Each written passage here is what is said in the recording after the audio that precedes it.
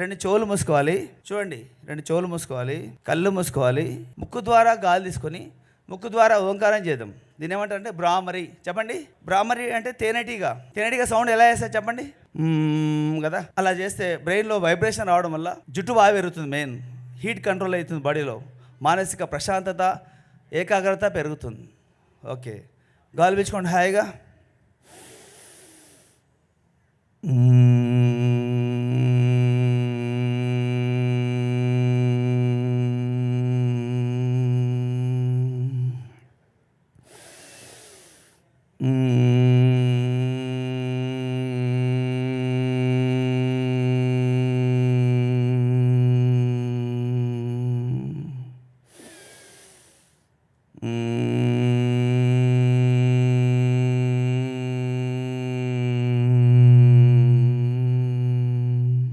చాలు చాలు చాలు.